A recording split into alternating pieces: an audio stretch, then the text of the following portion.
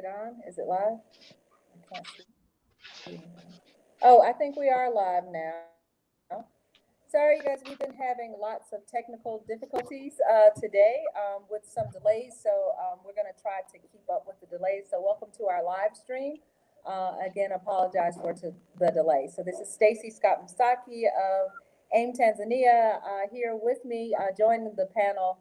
We originally had three people, but since Dominique is sitting with me right now, she's here from Birmingham, Alabama, and she's on a mission trip with Greater Shiloh Missionary Baptist Church in Birmingham, Alabama. So she's been traveling during this pandemic. We'll be able to shed some light on what it's like with all of this PCR testing and the cost associated with going outside of the U.S. if you plan to do that anytime soon. Also, we have Glenda Presley, Glenda Gigi Presley, so I call her Gigi. Everybody seems to call her G, but Gigi actually had COVID a few months ago, and she will share some things about what she's doing to stay healthy.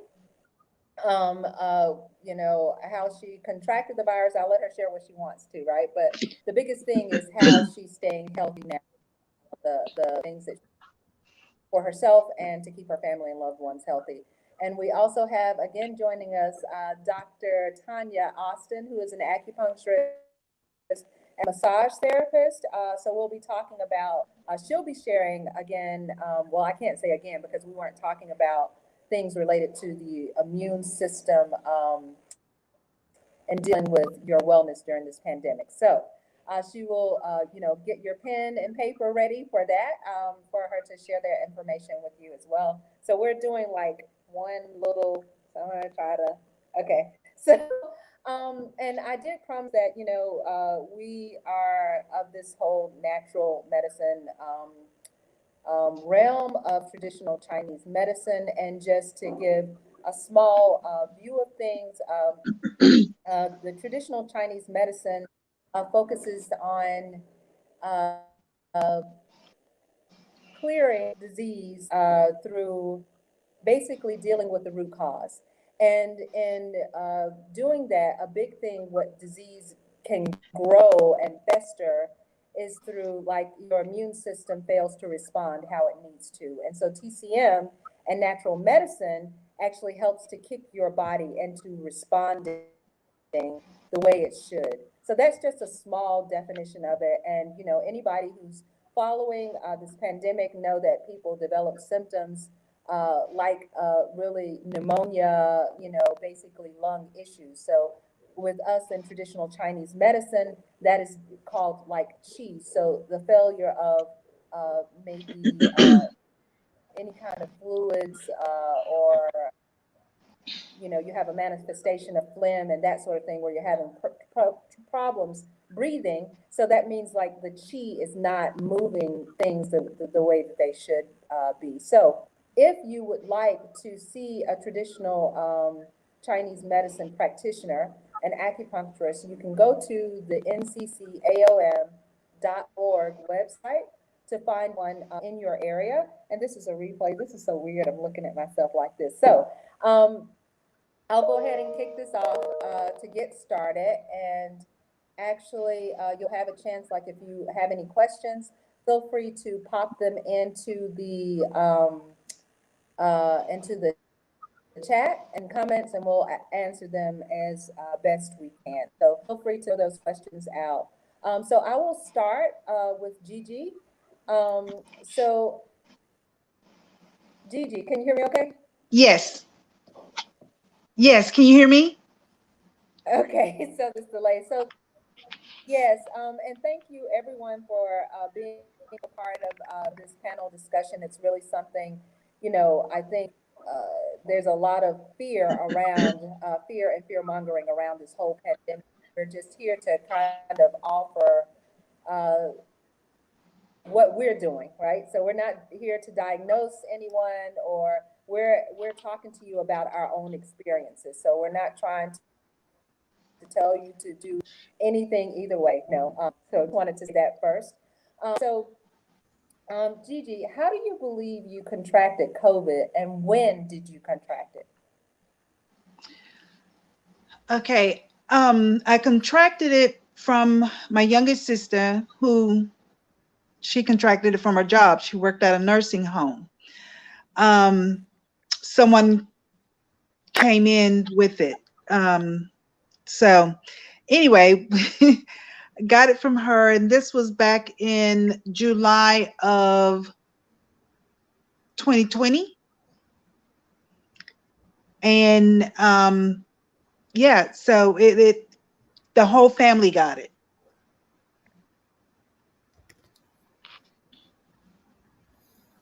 Okay. Can you hear me? So what?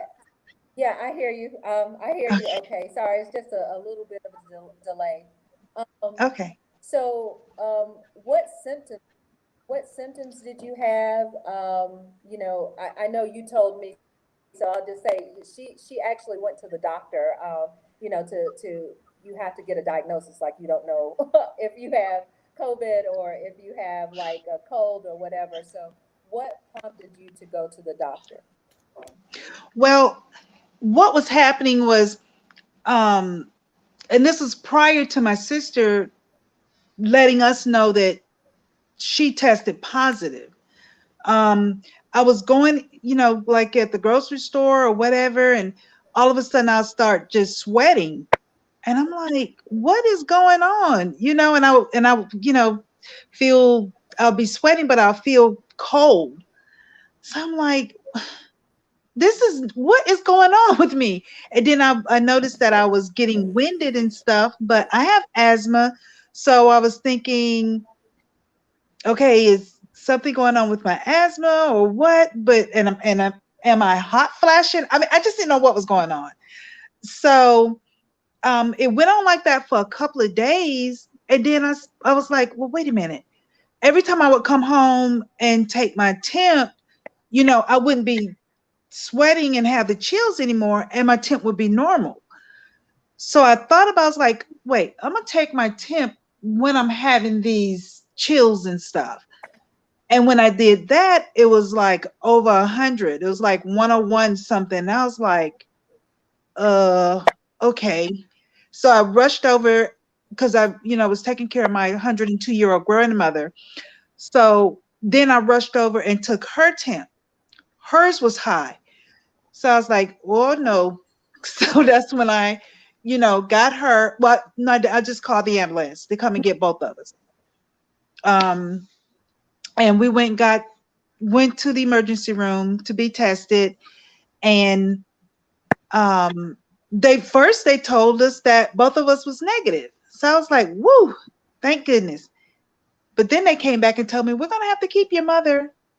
And I'm like, why? And they said, because she tested positive. So I asked, are you sure I'm negative? They said, oh, yeah, you're negative. So I came home, left her there. And then the next day, my doctor called me, and my primary doctor called me and said, where are you? I said, I'm at home. Why are you at home? Why are you asking me why I'm at home? And she was like, you're positive. And I'm like, they told me I was negative. She was like, yeah, but they didn't wait for the full results to come in. You're positive. I need you back at the hospital. So I was like, oh, okay. I'll go. And I'm walking around. Stacy knows me. I stay busy. So I'm walking around doing stuff. She calls me back and she's like, where are you? I'm at home. I'm going. She's like, I'm calling the ambulance to come and get you. I was like, no, I'll drive. Anyway, long story short, I finally left the house to go there, and she called me back again, and I was in the parking lot. I told her I was in the parking lot. She asked me what was I driving. I told her. She said, I'm sending them out to get you. I did not realize how bad off I was. And after getting there and parking is when I realized there's no way I could have made it from the car into the hospital. Crazy, right? So that's what Yeah. yeah, that's how I Yeah. knew uh something was really wrong, and and got in there and was in there for 5 days.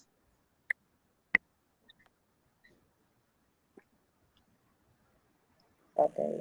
And what sort of treatment did they do for you during that 5 days before you were released? Well, honestly, with the hospital that I was at, they only they did give me fluids, um, and what do you call that? That breathing, the thing where you have to, Blow into it. yeah, the one you have, yeah, and you have to hold the blow to try and keep the thing at a To certain check level for, capacity? Yeah. yeah, to like help you with your breathing. So, um, that was really it. They wanted to give me a blood thinner, and I was like, no. Um, so that was all they did for me. Honestly, that was that was really it. And when I came home is when I started doing things. I started researching and, trying to figure out, okay, what's the best thing to do for this thing or whatever. And so, I just started really doing the vitamin D3, zinc, um, uh, sovereign silver, elderberry, all of those things to try and, help me and my sister out. And because my grandmother, she wasn't, but yeah, so yeah, that's what I started doing. And that's what I continue to do.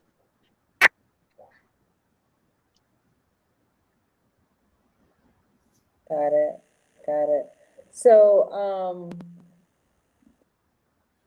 you've seen a difference in things, like since having from COVID, some things that were like totally abnormal from the way like so I just wanted to know if you could touch on those things. Can you hear me okay?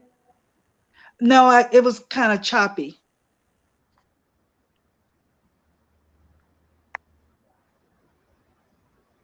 Okay. I was saying, you told me that you saw some other things um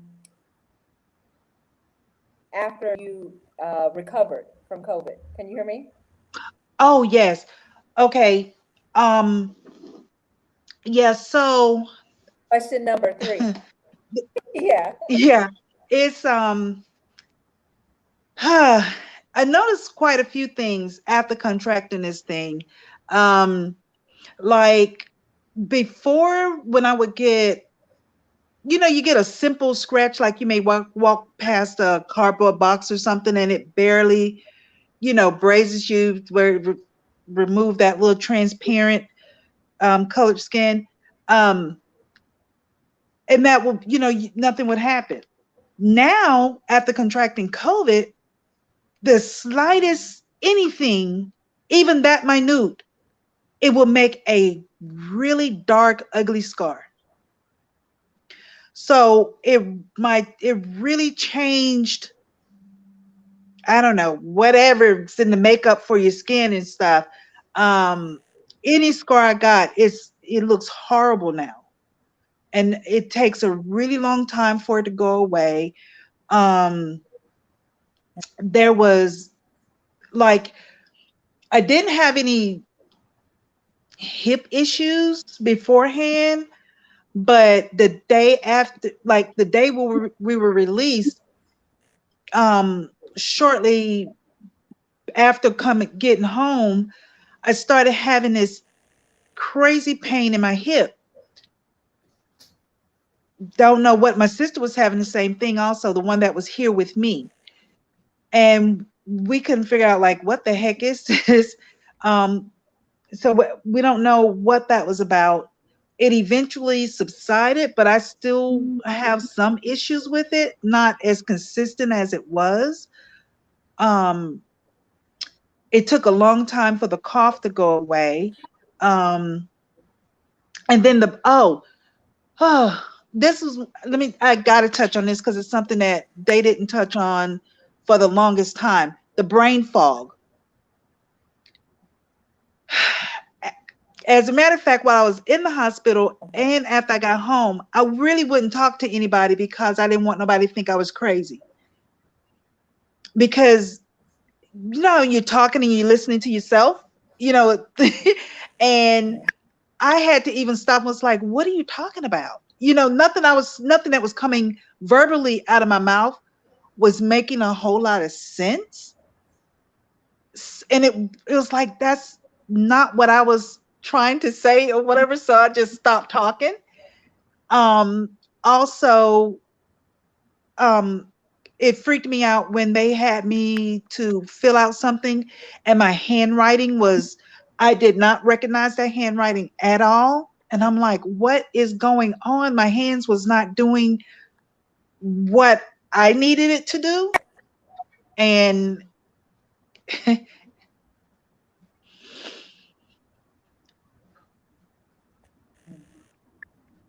excuse me. Wow. Wow. So you didn't recognize your own handwriting. Okay. Okay. Thank you Yes. for sharing that information. I'm glad that you're still with us. So, that's a blessing in itself. So, Yes. Excuse me for that. I'm thank sorry. you for sharing that with us, Gigi. Thank I you. appreciate that. That's okay. I understand.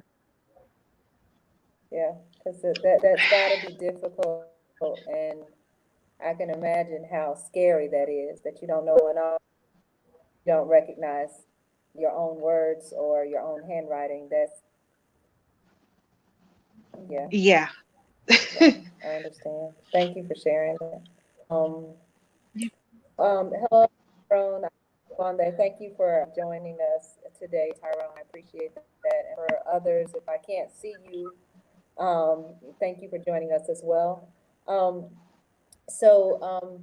Dr. Tanya, um, have you had the virus, or if so, what are some revelations you've had regarding folks' response to the virus or the virus?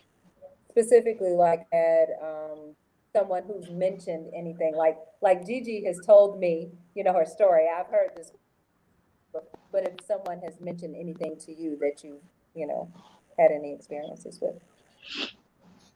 No, I haven't had the virus. And yes, I have noticed a few reoccurring themes from people that have shared with me, some patients that have shared with me their experiences post virus. Let me just preface by saying that I had my own health crisis in September of 2019.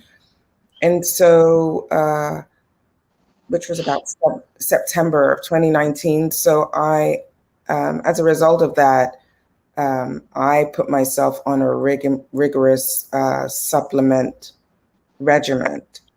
So I'm beginning to understand that that is probably one of the reasons why I haven't been susceptible to the virus to date, because I have been around clients that have seen me and then within a few days, 2 to 3 days, have shown up positive, and I've not contracted it.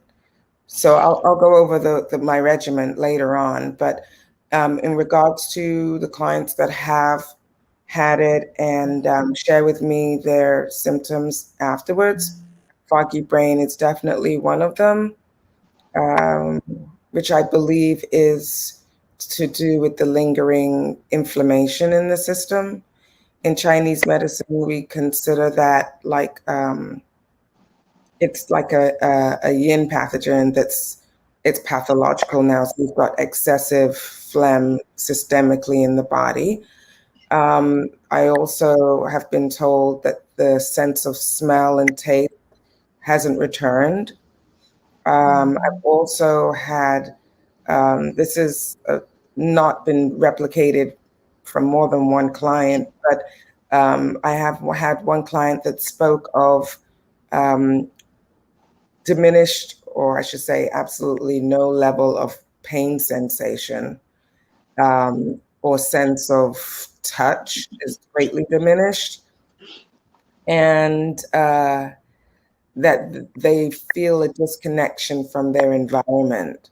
So visual stimulations, auditory stimulations seem to have greatly diminished.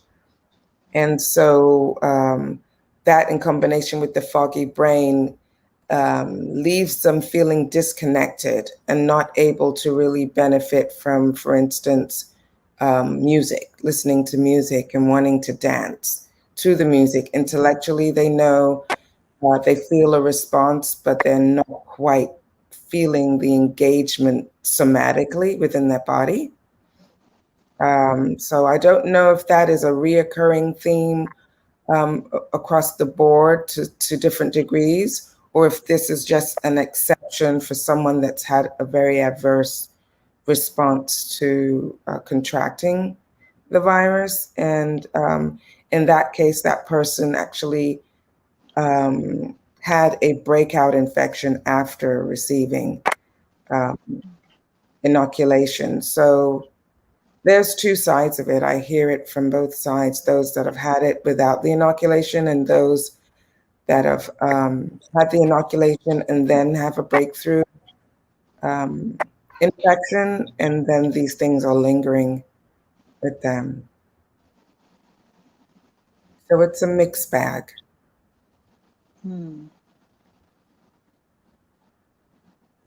Wow. Yeah. I'm sorry, again, sorry about this whole delay thing. We hear the feedback over here, so sorry about it. But basically, just sharing the information, brain fog, and appreciate that. And also that during your regimen, I've been able to stay well close proximity who have had COVID, whether masked or not. So just that immunity important. And I just that this is just my own personal opinion. So many of us talk about foods that we're eating and the environments that we're in, whether they're a toxic environment, just or whatever that causes your immune system not to function. Sharing your regimen with us. Would you like to share that now? Would you like to share that after I can definitely share that now. I think it's valuable for us to get back to what our parents or our mothers were doing with us as children growing up. We come from, we're of a certain age. Oh, yes, I'm hearing a little delay, but I did hear you say if I would like to share the regiment now, which I'm fine with doing. Would you like me to go forward with that?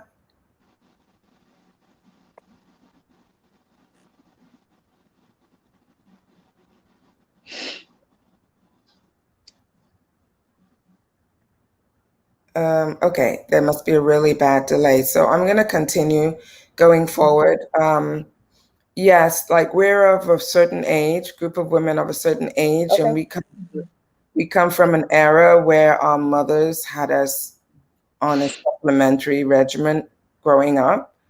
It was just like a cultural thing, it was all over it was all over the media. The commercials were all about like Flintstone vitamins, gummy vitamin C's, and you don't see those things anymore being advertised. So I went back with my own health crisis, which was stress related. I was taking care of a senior parent that suffers from Alzheimer's, and that wore me down as a caretaker after 2 years. And literally 4 days after taking a vacation break, more like a recharge break, I ended up in the hospital with 194 over 93, I believe it was, blood pressure.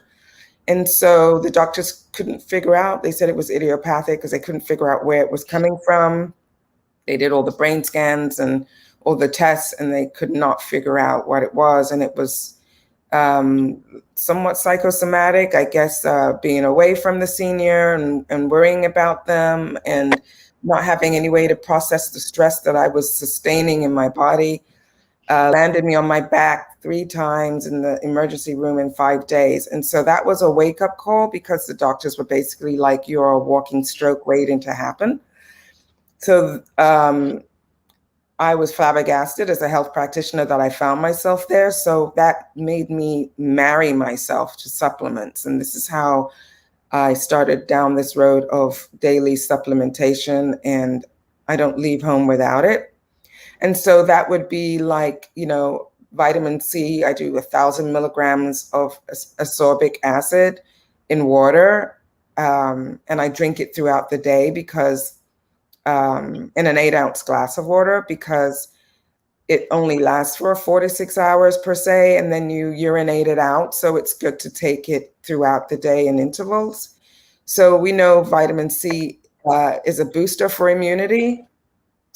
It also helps to encourage the production of white blood cells known as lymphocytes and phagocytes. And lymphocytes are found in bone marrow and is in the blood and in our lymph tissues. And if you know anything about the lymph system, that really is like your garbage disposal removal mechanism in the body. So, you've got your B lymphocytes and your T lymphocytes, and they are what we call the killer tumor cells, and they help control the immune response. And they also attack anything that's of a foreign agent within the body. They remove them out of the system. And then you have the phagocytes, which is a type of cell that has the ability to ingest and digest foreign particles. So vitamin C is really important to maintaining the body's ability to fight any invasions. And then you can get that through food, through citrus fruits, strawberries, peppers, blackcurrant, broccoli. I heard someone, Glenda, I believe you mentioned elderberry. So that's a really good high level of vitamin C. And if you are of Caribbean descent, then you know about sorrel, or it's a derivative of hibiscus. And that is an even greater vitamin C resource, as well as broccoli, Brussels sprouts. So those are things you can think about. Vegetables that have a high vitamin C includes Brussels, broccoli. I mentioned the peppers, cabbage, turnip greens, leafy greens, tomato juice, winter squash. So if you're not a supplement person, maybe you can incorporate these as foods into your diet. The next thing that I did, because I'm not a big meat eater, I threw B12. Now I do the B complex, which has I'll go through the list of the complex, but the B12 is great for keeping the body's blood and the nerve cells healthy. And it also helps to make the DNA and the genetic material maintained in your cells, right? It prevents what we call megaloblastic anemia, which is a blood condition that makes people tired and weak. And you can get that from like eggs, fish, meat, poultry. So vitamin D deficiency in those that have a vegan diet, because they don't have the meat, cheese, eggs, and so forth, that can create gastritis, which makes the stomach lining thin, Crohn's disease, celiac disease, which is more like a parasitic and bacterial growth. So B12 is important as a supplement. Now B complex, which is what my mom used to give me as a child growing up, it has a bunch of things in it. So you've got your B1, your B2, your B5, your biotin, your folic acid, and your B12. And that complex is great for cell health, growth of red blood cells, energy level, brain function. So Glenda, that may be something that you might want to add to your regimen too, right? Okay. Yeah. Digestion, optimal digestion, also increases appetite, helps with nerve propagation, hormone and cholesterol production, cardiovascular health, and muscle tone. And right, so you can do more research as to what the B complex benefits are individually, but as you see that the overview is really extensive and quite balancing for the body. So one of the ones that keeps on coming up, we hear over and over that people that are susceptible to the virus seem to have a deficiency of vitamin D3. If you live in the equatorial region, then D3 is not necessarily an issue because you're in a very warm climate. But D3 offers great many health benefits, such as strengthening the bones and the muscles, boosting immunity, increasing mood, so you don't have that agitation, and also aiding in weight loss and improving heart function. And also, it aids in the absorption of calcium, so then it's also preventative of osteoporosis and osteomalacia. So porosis, is about brittle bones and fragile loss of tissue due to hormonal reduction. So menopausal women tend to deal with that a lot. So it's always good to boost your vitamin D3. And I would say between 3 to 5,000 IU, international units, a day. And your food sources would be, osteomalacia is when your bones become soft and deformed, and that's because you don't have enough phosphorus and calcium, right? So your food source would be like oily fish, cod liver oil, red meat, liver, mushrooms, egg yolks, fortified roots that you can find in your breakfast cereals, right? So that's very important. I would put that at the top of the list, along with zinc. Zinc, I would say about 50 milligrams daily. It's a nutrient found in the body, and it helps the immune system with its metabolism functions. So, your Krebs cycle, which is how you produce your energy, zinc is really important for that.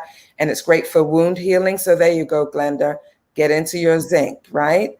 So that would help with your wound healing, clotting factors, that kind of stuff, because maybe there's an area of imbalance with the blood. So that's why the bruising might be happening the way that it is. That's not definitive, but I would say it could be a level of low zinc in your residue, in your reserves, right, in your body.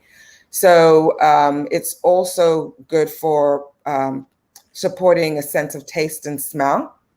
So that should help with that loss of taste as well. And what I like to use as well is quercetin,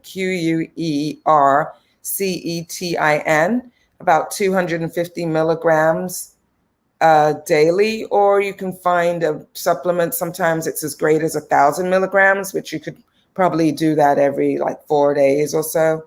If you're not a person that likes to take a lot of pills every day, because I do have a regimen that's probably close to probably about 18 to 20 tablets. I just condition myself. This is what I do before I walk through the door, in my 8 ounces of ascorbic acid and water. So quercetin is great for helping protect the heart from heart disease and cancer. It helps to stabilize the cells, releases histamine, really helps to stabilize the cells that release histamine in the body. So thereby, it is great for anti-inflammatory and antihistamine effect.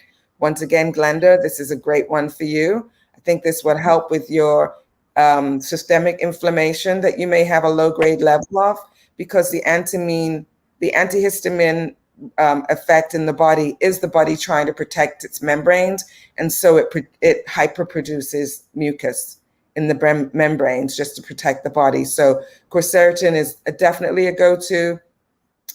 You can take safely up to 500 milligrams twice a day over a 12-month period. So I would say after you've had the COVID, I would probably do the 500 milligrams for 12 weeks just to kind of boost up the system, and then wean off to the 250 just to kind of sustain yourself.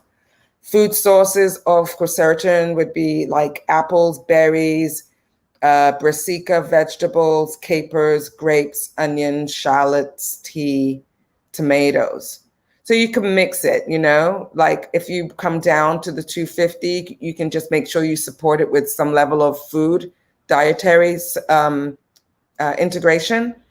And then the other one, which is really good, I'm almost at the end of the list, guys, but these are really important. Selenium, 200 milligrams. Selenium is used in the body to promote healthy thyroid health, and abstains from promoting the development of thyroidism rather.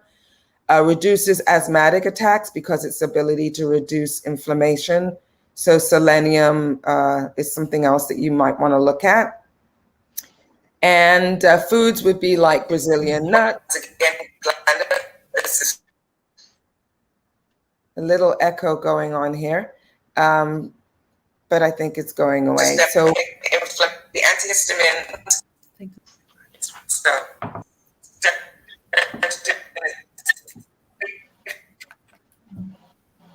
A little echo, but bromelain dosage, 200 to 400 milligrams 3 times a day on an empty stomach. 500 milligrams 12 weeks, kind of sustain yourself. Vegetables, capers, grapes, you know, like if you cut down integration, these one is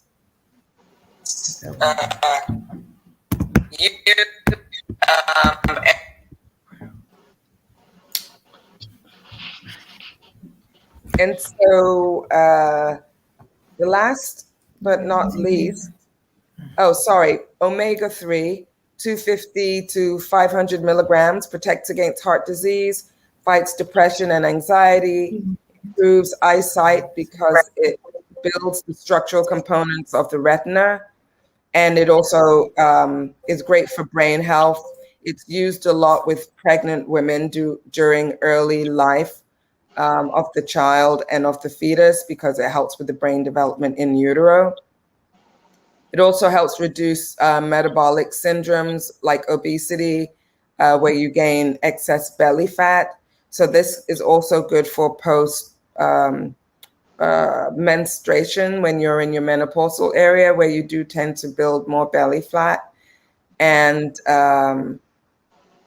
as well as like high blood pressure and insulin resistance, LDLs, which is like not the good cholesterol. So you want high HDLs, right? So it's good for lowering the LDLs in the body. And then last but not least, glutathione. That's GLUTATHIONE, 500 to 1,000 milligrams daily. It's essential for immune system's proper functioning and vital in building and repairing tissue. It acts as an important antioxidant in which it protects the body from damaged cells caused by free radicals. So your foods would be spinach, avocados, asparagus, okras, which are a rich dietary source. And it's a utility in migrating body toxins load through the ability to enhance your hepatic, also known as liver conversions, and excretion of compounds such as mercury and persistent organic pollutants. So this is really good for boosting your liver functions and the ability to remove heavy metal or other levels of toxicity that a tired liver might have a hard time removing. So it supports that liver function of detoxing the body. Now, these are all that I take every day. I do take, on top of that, a phytonutrient drink that includes wheatgrass, barley, moringa, kelp, spirulina, chlorella, alfalfa leaf, and algae. That's my hot drink in the morning. And then I add a few medicinal mushrooms like cordyceps, reishi, shiitake, maitake, inchi, and turmeric. So you see, I have quite a regimen. And the phytonutrients and the adaptogens are great for clearing the mind, the brain fog, boosting the immune system, and obviously boosting my iron intake through the phytonutrients. But I say all of that to say I've been on this regimen. I repeat, I've been on this regimen faithfully, with the exception of glutathione I just added a month ago. But I've been on this regimen since September 2019. And I've seen probably over 1,000 people. I've seen, I see people on a regular basis. And so and I can emphatically say that it would be highly unusual for me not to have been around someone that was either unknowingly infected and hadn't started showing symptoms, or was shedding and leaving things in the air that could trigger an immune response for me into a syndrome, a COVID syndrome. And it hasn't happened yet, God willing. My regimen is protecting me. So thank you for listening. I know that was lengthy. It was very important, but I will make this list available. I'm actually going to put it together as a giveaway class, online slide class, so that people will be able to review this in their own time and comprehend the benefits of getting back to that supplement regimen, people. Let's get back to what the elders used to do. This modern living has a lot of dysfunctions, and we need to support ourselves in order to be able to maintain our integrity as a human being, so that we can maintain our strength. So thank you for listening, and may God bless you all. We're in this, right? Let's fortify.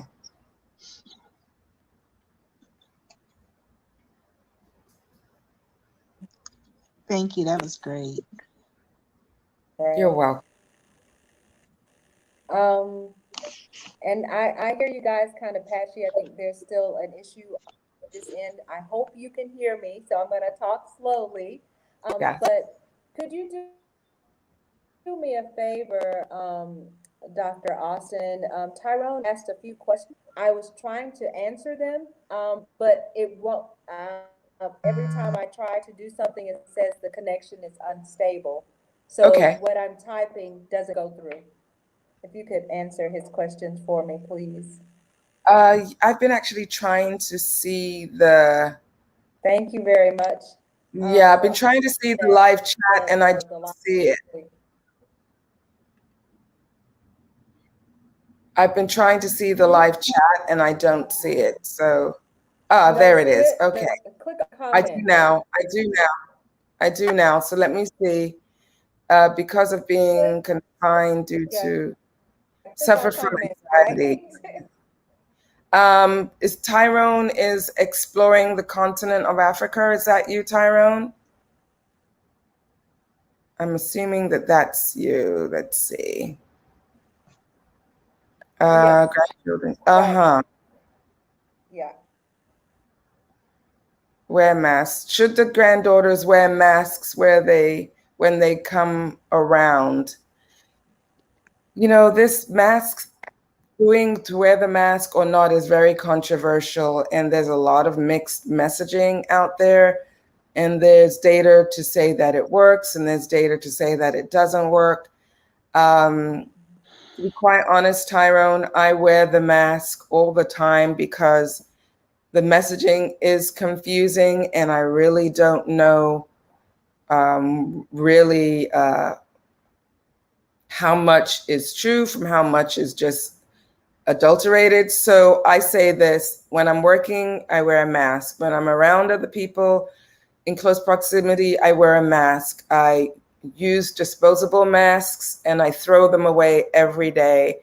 I do not reuse my masks because I do not want to breathe in accumulated bacteria that's on the inside of my mask. I also walk with a couple of masks in my bag, and every couple of hours I change my mask. That's the precautionary measures that I take. Well, we know that for years, doctors, nurses have worn masks with infectious diseases in the hospital. So there must be some level of truth to it in regards to the excessive hours of wearing the mask. It is a level of a barrier. And so there will be, I would say, just from based on rational thinking, a level of diminishment of breathing in the air that we're accustomed to breathing in. But we do need a level of filter, I think, if we're going to be around the possible persons that may be giving off shedding or be giving off spores in the atmosphere that they're not even aware that they are giving them off. So that's a personal choice. That's my take on it. I err on the side of caution. Now, being confined to due to the coronavirus and suffering from anxiety and depression, to be honest, I discovered the mood stabilizing mushroom of ashwagandha, which is part of my daily mushroom regimen. It's really good for anxiety. Part of my health crisis in September of 2019 was anxiety, brought on by, I guess, separation anxiety from leaving my parents and knowing that my mom was in an advanced stage of Alzheimer's. And so I didn't realize it, but I was having panic attacks and I had high anxiety, which was part of the whole blood pressure being so high. So I started taking ashwagandha along with some other adaptogen mushrooms, but ashwagandha is actually documented through NIH research with being very efficacious for dealing with anxiety and depression, in addition to vitamin D3. So I would get on a vitamin D3 supplement for sure. I would say within the first 2 weeks, I would boost your system with at least 25 to 50,000 IUs. You could also ask your doctor if you can get a vitamin D3 shot to boost your vitamin D3 levels. But I would ask that once you've had your results back from your doctor to see where your levels are.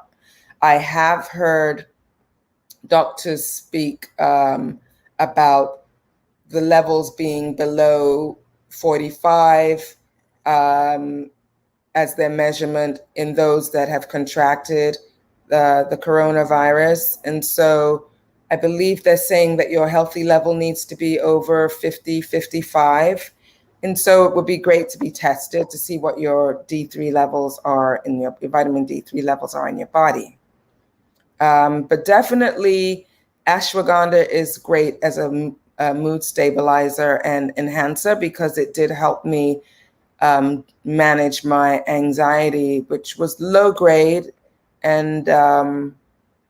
but enough to cause disruption, right? So the other thing that I added to my regimen was I was already a meditator, but I was only doing it maybe 3-4 times a week. And I became committed to doing my meditation on a daily basis for 20 minutes. And that's also very good for stabilizing your mood because it releases endorphins in the body. And it also creates brain coherence because it creates integration between the left and right hemisphere. So these are things that you can do to integrate into your lifestyle regimen to help deal with depression and anxiety. As I said, I will make everything available. And in regards to the mushrooms, those are medicinal mushrooms, adaptogens. Cordyceps is great for lung health, so I use cordyceps as well. As I said, I will make this list, comprehensive list, available to Stacy. I will also let Stacy know once I've put together this free download PDF, and it will be in a PDF form, or it will be available as an online class that I will give access to. So you will be able to share the list, and I hope this helps you. Like, adaptogens, medicinal mushrooms are very powerful, and it's all food-based. So that's the other thing, guys. When we're taking supplements that are food-based, keep in mind that the body has a quicker ability to metabolize into the system, right? So your effects would be very quick and felt very quick, and the benefits received as well very quickly within your awareness. So you'll feel the shift. I hope that answers the questions for you, Tyrone. Yeah, I think you said thank you very much. Yes. Ante Sana. I appreciate that.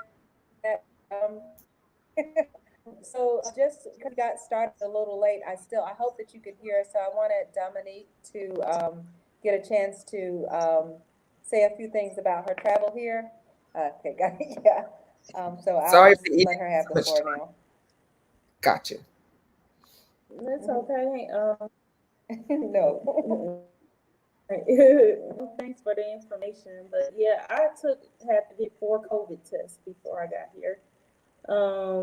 The first 2 were in Birmingham. They ran out of COVID tests at a few clinics because so many kids were coming in and athletes were coming in to take the COVID test, and then they have to test twice. So they run out of COVID tests. And then when I finally got a chance to take a COVID test, they gave me a rapid, but I needed the PCR test, which I wouldn't get the results because they're so backed up from 2 to 5 days, and I needed the test to board the plane. When on the website it said you need the test before you get your destination. Some of the airports I have, when I got to Qatar, they PCR testing site inside of the airport. And so, but it's really like a rapid PCR test. I don't know how that's going. So when I got to Atlanta to leave to come to go to Doha, Qatar, to get to Tanzania, basically got to the airport, they told me I need to go to a clinic and get the rapid PCR test, which I didn't know it was a such thing as a rapid PCR test. So I went to a clinic close to the airport, and it was a 2-hour wait because full parents with kids in there, and I was trying to test, and the test was $200. So I ended up getting the test, the PCR test did. So when took it back to the airport, they just need the paperwork to say PCR and negative. And I had documents that said negative before, but it said molecular on the paperwork, so they wouldn't take it. So when I boarded the flight, I had to show them, even though I've been vaccinated, didn't care about no vaccine card or nothing. I had to show them just the paperwork where I had tested for COVID with a PCR test. And then when I got to Tanzania, I had to test again through customs. So basically, I took 4 tests with maybe like 24 to 48 hour period of time. So. Wow. Did you hear that? Yes.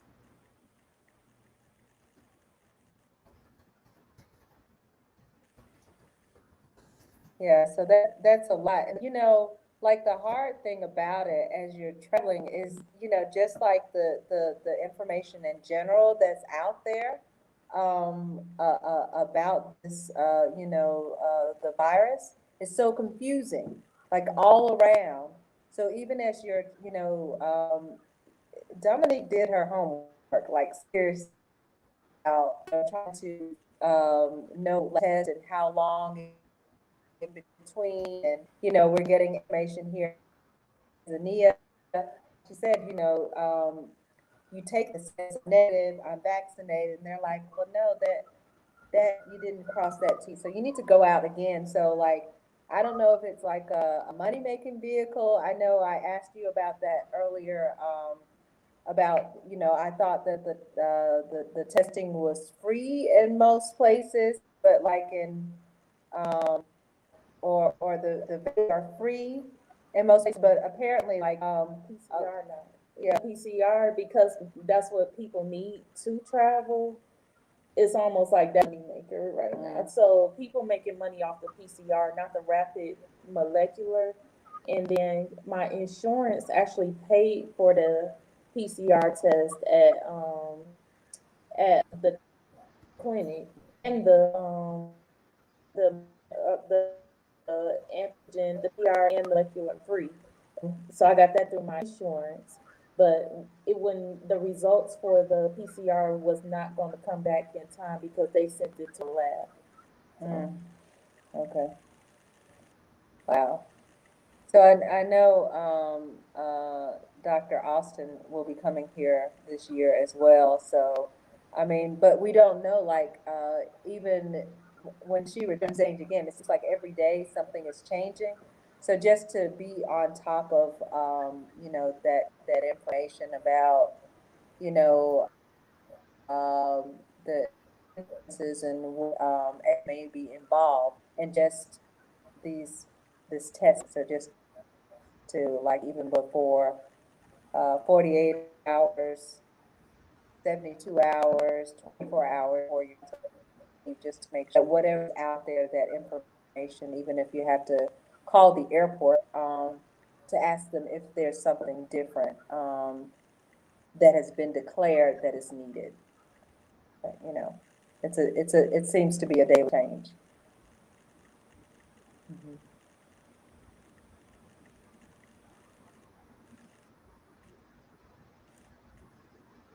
Yeah, it's really crazy delay here. So, but I hope that we got that information. I don't see, I see where you shared that information for purchasing, a part of that regimen. And I again appreciate that you shared that with us so I can share to the groups out there. I got to figure out what's wrong with this connection issue here. And I think we lost, Gigi. So I did hear it. So where you are, if you're listening, I appreciate you very much. And does anybody else have anything else they'd like to add before we sign off? No, thank you. I can't, let me see my face. Okay, thank you. I think Gigi's typing something. Yes, okay.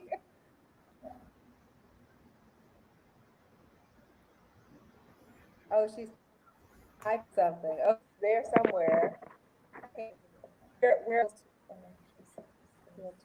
no, the two guests will be, she's there somewhere. Oh, okay. Yeah. Oh, she sent it in the private, I think. Well, we can see that. Oh. She said, what? I think she sent the message in the private chat. It was just, you're so welcome. Oh, I don't know why it went there, but okay. yeah.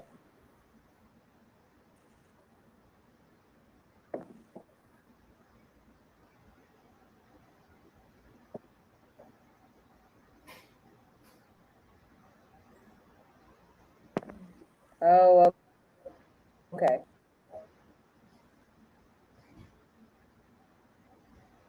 She's here. I don't understand. I see her. I mean, but she's, But I don't see. Yeah, technical yeah. something cosmic, because I can't even get that to go away now. Can you? So can you?